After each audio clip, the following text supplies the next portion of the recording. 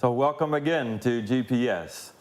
We ended last week. We were in the middle of trying to wrestle with Revelation 7 and how God holds back evil. So we're just thrilled that you're back with us. And we're not going to spend a long time introducing again, but we have our new people. Pastor Gilda from here in Loma Linda. Pastor Shifra here at Campus Hill used to be with us. And the star of our show, Dr. Jon Paulien. Find a Bible. And we're going to go right to Revelation chapter 7. I'll give you a metaphor just to get you started. I grew up in Thailand, and they have fighting fish.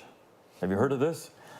So they have an aquarium, and they have these two groups of fish with a glass wall in between. And then all the people are there, and then they're all betting, and you know which side will win. And then when all the bets are made, they pull the glass up. And here they go. And whoever survives at the end, that team wins the bets. And so here we have the angels holding back the winds. Where did we get the winds of strife phrase? I was going to ask you that last week. It's not in the text, but everyone knows that phrase. The four angels holding back the winds of strife. You know where that came from? I suspect that's comes from Seventh-day Adventist literature.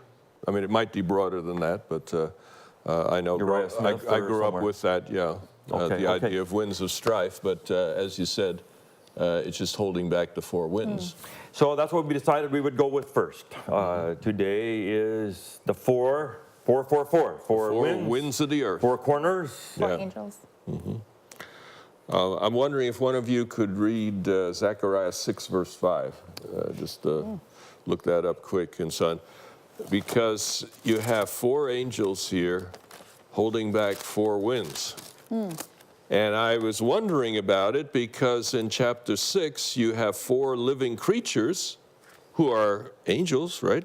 And they're holding back four horses. You know, and only when they say to come or go, you know, and then something happens. Is there a relationship between those two? And then I stumbled into Zechariah 6:5. So Zechariah 6, verse 5 says, he replied, these are the four spirits of heaven who stand before the Lord of all the earth. They are going out to do his work. Okay, so these four spirits that it's talking about there are the four horses of Zechariah. So Zechariah has four colored horses that are doing God's work, as it says. And apparently winds and horses are parallel images. So I would understand that these four angels holding the four winds, this is the very end time, you know, the final people of God and all the rest of that. And the consequences, the seals are really pretty horrific, but the worst stuff doesn't happen, it's just shown.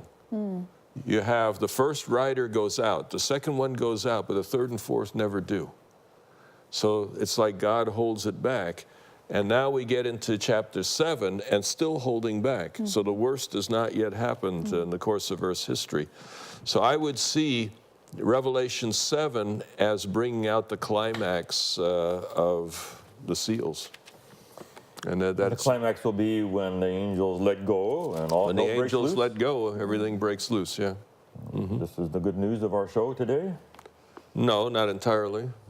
But the reality is that it tells us several things. Number one, it isn't God who is doing it. He's holding it back. And in the book of Job, it is clear God's not the one doing it. All the suffering of Job is thrown on him by Satan. And all the suffering here is what God allows to happen. So in the book of Job, there were dynamics going on in heaven that constrained God's actions. If people are believers watching this, do they have to worry about this all hell breaking loose? Or the seals, we're going to be sealed, don't have to worry about it? Depends on what you're worrying about. If you're worrying about your pocketbook or your computer back at home, or you're worried about your bank account, no guarantees. Evidently not. No guarantees.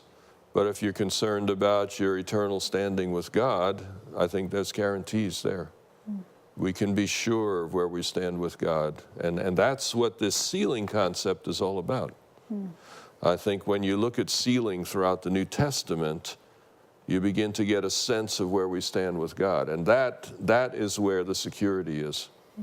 We had a last day event seminar for the last 4 Saturday nights, one of our laymen. And he ended the last night with an appeal to country living, that was the protection from the last days. So he had an interview of a church member who has moved to Idaho. You know these people. And they're lovely people, and they want to get away. That's their protection from when all hell breaks loose. Is that the way? Mm-hmm. Yeah, there's another option, that's move to New York City. That would be the number one place. Crime has dropped for 27 consecutive years. Isn't that something? In New York. It's a remarkable thing. There's actually a spiritual story behind some of that. We don't have time right now. But strangely enough, I think New York City last year had 200 murders, and Chicago had 700. And Chicago's just a fraction of the size of New York. So something interesting is happening there. No guarantees in New York, obviously. But the last time I was there, I was seeing women on the street at midnight walking alone. That's not going to happen in a place that's perceived to be super dangerous. A country is perceived to be fairly safe, absolutely. But there's no guarantees there either. Why will the angels have to let go? What is the reason for that? Well, I think in the larger context of a great controversy, there are two things that need to happen. One is to understand God's character, but to others to understand Satan's character. And the only way Satan's character can be fully revealed is if he's allowed to do what he wants to do.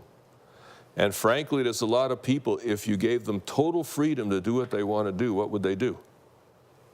They would rob and cheat and steal and defraud and rape and pillage. You let everybody do what they want to do, and the consequences are horrific. So I think God's character needs to be revealed for what he truly is, but also it's important that we understand another type of character which we don't want to. If it's hidden, then no one really knows. That's right. And they can buy into the idea, you will not surely die. Maybe this will be okay. Maybe you can go away from God and make it. And eventually it'll say, okay. But is it truly hidden? We read it in Revelation 7. We read Zechariah. The 4 angels are before the living God. And I think at times we tend to think that if we're in close quarters, then we have our privacy, that we're not seen by God. And it's, to me, a little scary to think that God is going to say, okay, go, let go. But notice, when he does let go, the trees are still protected. So there comes a time when God allows everything to happen, but with certain limits. It reminds me of the Garden of Eden. God allowed Satan the freedom to tempt Adam and Eve, but he limited him to a tree, one tree in the midst of the forest. And if they had listened to God and stayed away from that tree, he would be free, but so would they, and they didn't have to get enmeshed in all of that stuff. So what's our tree today? Our happy place, yeah. I think a lot of people read Revelation chapter 7 and they realize, those who are sealed, do not harm the earth, the sea, or the trees till we have sealed the servants of our God on their foreheads. And then we see that sealing of God on their forehead is what keeps those people protected. So then they go, well, pause right here. We got to figure out what the seal is. Big deal here, because that's what saves my life. So Psalm 91, where you'll say, okay, it'll fall on these people and fall on these people, but not on the seal. The ones who have the seal. So, going back to what is it, country living? Is it New York when the stats drop? I mean, you try to figure out the seal, and I'm just like, God is the reason why the seal is going to protect those who are sealed. It's not the seal that protects you. It is the God who has selected the seal and is going out of his way to make sure those who are sealed will stay protected. Your point is what now? The God versus the seal of God. I'm not quite there with you yet. God versus his... A little mark, Pardon? like the blood over the door. Yes, and then you might have, so blood over the door. So everyone in Loma Linda and Riverside needs to put blood on their door. So It's this seal, you got to trust the seal. You're trusting in a ritual rather than the God behind the ritual. Right, in the form, in the act. But instead, it's so clear in chapter 7. Is it the seal that's withholding? Is it the seal that the angels are listening to? Or is it the God who will? The seal is a sign of that God. It's God. Yeah, okay. There's a history to this whole thing, and that's in Ezekiel 9. Maybe one of you could look that up and maybe read the first 7 verses. This is probably the most dramatically horrible story in the Bible. I've only got it all underlined and scribbled. Oh, you liked it? Yeah, Okay, I liked good. it, I got to What's the hear passage again? I got to hear about this. Ezekiel 9, 1-7. Ezekiel 9, 1-7. All right, Ezekiel 9, 1-7. Then he, capital H, called out in my hearing with a loud voice, saying, let those who have charge over the city draw near, each with a deadly weapon in his hand. And suddenly 6 men came from the direction of the upper gate, which faces north, each with his battle axe in his hand. One man among them was clothed with linen and had a writer's inkhorn at his side. They went in and stood beside the bronze altar. Now the glory of the God of Israel had gone up from the cherub, where it had been, to the threshold of the temple, and he called, capital H, to the man clothed with linen, who had the writer's inkhorn at his side. And the Lord said to him, go through the midst of the city, through the midst of Jerusalem, and put a mark on the foreheads of the men who sigh and cry over all the abominations that are done within it. To the others he said in my hearing, go after him through the city and kill. Do not let your eyes spare, nor have any pity. Utterly slay old and young men, maidens and little children and women. But do not come near anyone on whom is the mark, and begin at my sanctuary. So they began with the elders who were before the temple. Then he said to them, defile the temple and fill the courts with the slain. Go out. And they went out and killed in the city. Whew. So why did you underline all of that? I wrote, my goodness, in the margin. So you underlined it not because it was deeply spiritually moving to you, but it was kind of like, I can't believe this is in the Bible. Abominations in the temple and its consequences are pretty out there in this passage, yeah. So that is, I think, a background to this text here. The idea that the mark on the forehead, the seal, is the key with whether people die or not. And that those who allow God to protect them will sometimes get that protection, but those who don't want to have anything to do with God often get their wish. It reminds me of Pharaoh. God says to Pharaoh, let my people go. And Pharaoh says, over my dead body. And God says, have it your way. Right. You know, so that's kind of the thing. The interesting thing about it, one thing I just point out, Ezekiel 9 is describing a historical event. And that event is the Babylonians breaching the walls of the city and conquering it. Was God in the swords of the Babylonians? Or is this a description of the consequences of Israel's disobedience? But God in the end had nothing to do with it. Well, I don't know if I have a perfect answer, but I do know that this was intriguing to me because it's obvious that the place of prayer, he says, begin at my sanctuary, right? And so they defile, and he says, defile the temple. And I think it was the first time I had come to grips, I've had this Bible for a little bit, that even the temple is not my safest place. My safest place is in the shadow of the Almighty. That is really good. You know why? Because in ancient times, if somebody was being chased, they would go to the temple. They would go to the temple, and you couldn't be hurt there. Yeah. You know? And that's where Joab went when he was trying to get away from Solomon. You know, and Solomon says, David told me before he died that as soon as I'm dead, deal with this guy. You know, David Grudges. was not a very confronting soul, apparently. Rather than confront his cousin, he said to his son, okay, when I'm dead, deal with this guy. And Joab heard that, and he ran to the sanctuary, and they dragged him out. So even the sanctuary is not a safe place. Without God. Without God. That's right. Yeah. And is it possible to have a sanctuary without God? Deep. So she's dealing with crisis people every day. And we all pastor people hurting. When is this protection going to kick in?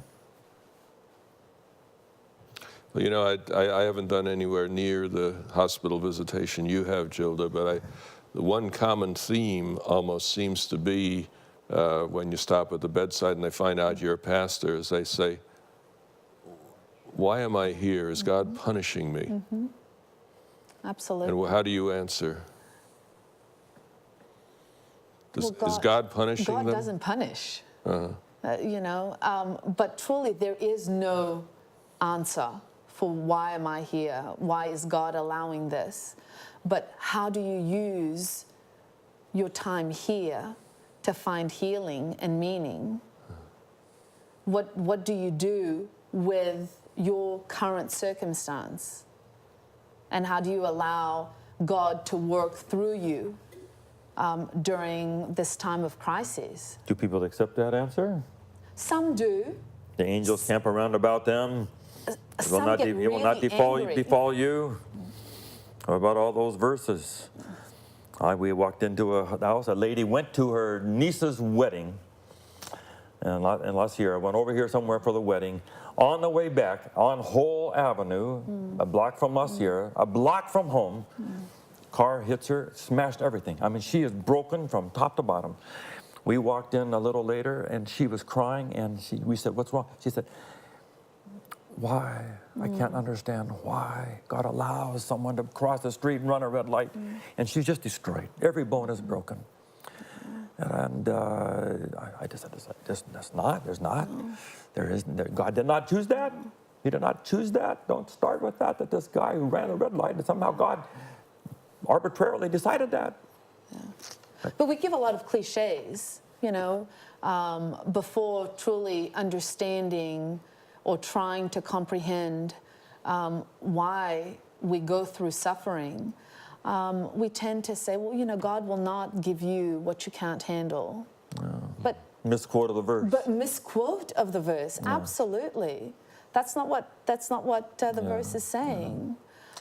But it's hard to give it up. I had a guy come this week. He had a hard time giving it up. Yeah. The idea that God protects you. If you pray, there's absolutely guaranteed protection. Reading the book of Job, I think anybody who wants to be a chaplain or a counselor should read the portions that were told by Job's three friends.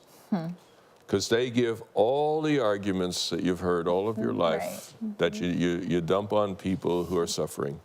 And it'll make it all better. And in the end, God says, you guys were clueless. Yeah. And so the book of Job was written for those who give superficial answers in times of suffering.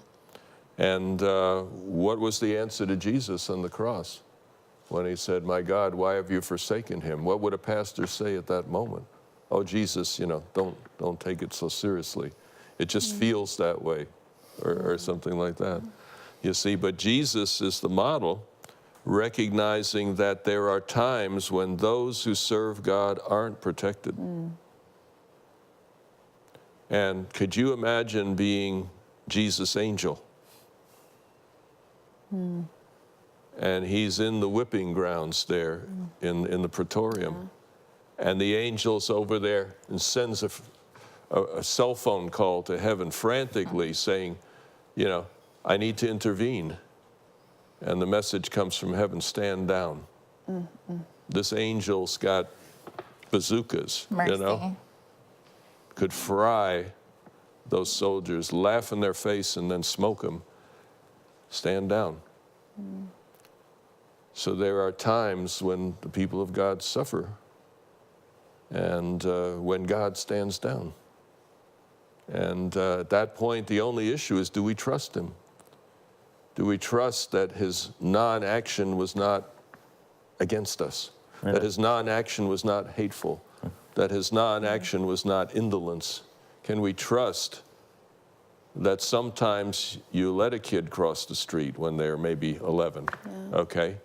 The first time. You let them walk to school. First time, maybe 6, maybe 11, depends on the kid, right? You let them go to school that day and you don't walk them there anymore. You know that they might get killed on the way, but you know that they've got to go through that experience if they're ever going to function as an adult. And there are many metaphors of growing up and stuff related to the people of God. And God is a loving adult who lets us grow up and lets us screw up, both. Yeah. And it speaks to that level of maturity, not just spiritually, but when our parents are raising us up. You know, they pray. We pray every morning before we leave our homes. You know, God, protect them as they leave this home until they come back. That's our prayer. Expecting protection, but never really truly believing that something's going to happen when you leave the house because, you know, you've got your angels with you. And then something happens and your faith is shaken.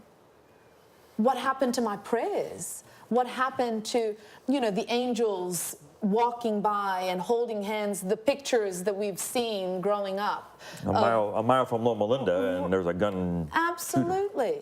Absolutely. And your faith is truly shaken, and you have to trust that God knows best. And that protection or that non-action is as far as our limited sight can see, right? I love the scene of the cross as you brought it up. My God, my Eloi, Eloi, sabachthani. My God, why have you forsaken me? Desire of Ages, chapter 79, I think it is, describes right there, as she comments on that passage, on that scene on Mount Calvary, that the Father wraps himself in darkness. These are the hours of darkness around the cross, and comes to stand beside Jesus at the cross.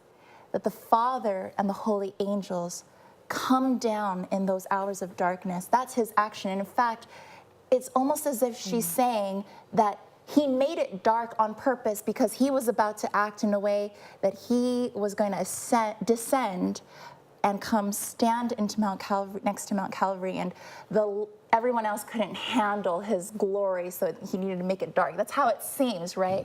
So when I'm thinking of the San Bernardino shooter, when I'm thinking of car accidents, people from my church or your church that are in the hospital right now down the street, I'm thinking somewhere there is an action of the Father that is so extravagant, but I can't see it.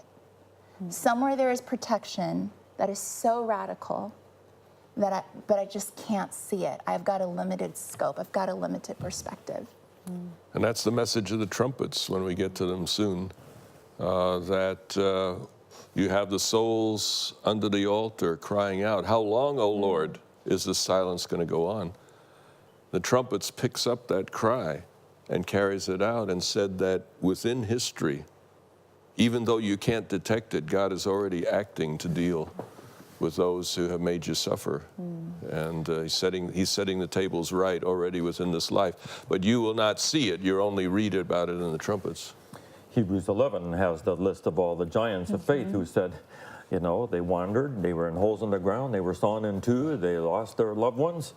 And then it said, these giants have not received their reward until together with us, eventually we'll be made perfect, but not yet, not now. There will be a time when we're still going through it. We've got 5 minutes to go. Summarize what we know for sure from this passage. We know that the suffering is not from God. God is resisting the suffering, not causing it. What else? It's evil in general. God doesn't have specific names in mind of who he will target and allow. Can we agree on that? That God, by and large, is not picking out little girls to be sexually abused. He's not picking out the people in Syria to be wiped out by ISIS. He's not choosing these things. Earthquakes and airplanes going down are not God's choice. Eventually, God will have to allow evil to be unmitigated in order to answer the questions about God's character and the other character until it's clear. When Satan says you will not surely die, and God says you will surely die, there's going to have to be a demonstration of the reality. right? You talked about that. Anything else that we want to say? Eventually there will be a protection. We don't know when that protection will come. There will be a day of a sealing when there will be a protection. It's not quite yet, because obviously we still get stolen. We still have people coming to your office and a hospital full of people. But it's coming. There will be a day when there will be, not Psalm 91 will be true. Anything else? You're going to still have to work with me a little, because Job gets singled out Yes. for his specific suffering. Is that a symbol? Jesus gets Is singled out. that a symbol of all evil, or is it a symbol of the cosmic? I definitely don't think it's the fate of everybody to be singled out in a conversation between the Father and Satan. But there's several examples there where suffering is a part of the experience, where those who follow Jesus might follow him, yes, paths of righteousness, still waters, but also the valley of the shadow of death, all on your way to dwell in the house of the Lord forever, but passing through the presence of your enemies. There's suffering there. There's lots of suffering. The question is God calculating it? Is like Bruce Almighty, God is sitting there calculating. This person has a great personality, but they're a little pride. Maybe they need to be humbled. Okay, this one, and calculating 8 billion people, what they should all experience. Or as he said, I'm going to hide in the shadows for a while here, waiting for this to sift out until people get answers. I'll do what I can within hiding in the shadows, where I can do it without upsetting everything, without. But I think that Revelation chapter 7 parenthetically tells us that God is in control. God is in control. God is in control. No matter what, we are safe in his arms. On the biggest question. On the bigger question. But not my computers. And Ezekiel, totally control. Ezekiel 9 is saying that God is in control. I mean, he's directing these destroying angels, etc. That's describing the Babylonian invasion with all of its consequences for his people. And according to Deuteronomy, God never willed the Babylonian invasion, but it was the consequences of Israel's national choices over about 800 years that led to the place where their walk with God was so distant that he said, okay, like Pharaoh, you get it your way. But for sure, God, 2 times in Revelation 7, is not doing the harm. He is withholding the harm. He's 2 keeping times it it's from revealed. happening. So that's for sure. the tendency of the skeptic is to say, if God is loving and God is powerful, why is there so much evil in the world? Right. And I think maybe the biblical way to respond is, don't you think it's a little surprising that there's that much good in the world? When you think of, if everybody did everything that they wanted to do, this place would be far worse than it is. Yeah. Thank you, guys. Thank you. And we're glad to have you. You live and pastor. These are real situations and real world people that need answers to this. So we will come back again. Please be with us again next week as we do GPS. We are going to we'll answer the question, hopefully, about the seal. What is the seal? When does it come? And we will wrestle with 144,000. God bless.